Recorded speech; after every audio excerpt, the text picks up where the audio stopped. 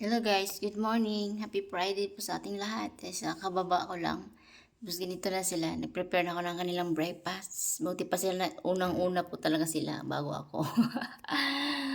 Nag-prepare ako ng breakfast sa kanila yan. Yan sila. Gutom na sila, galit na sila pagbaba ko sabihin nila, yeah!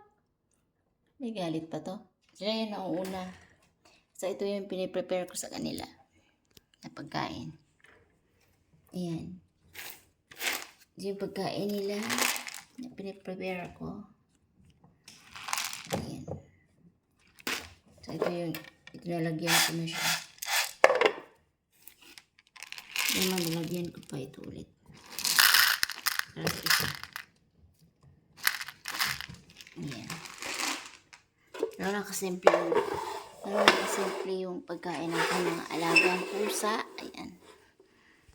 I mean, nagtitingin na sila. Ay, tingnan mo yung isa. Ayan niya, pigilan. Ay, gutom na yan. Gutom na yan.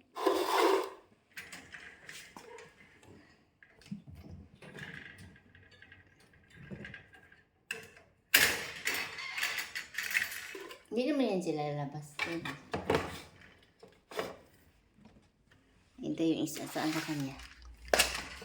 Ito yung sa kanya isa. Kasi hindi sila magkasya dyan. So, dito yung isa. Kasi hindi magkasya dito sa baba.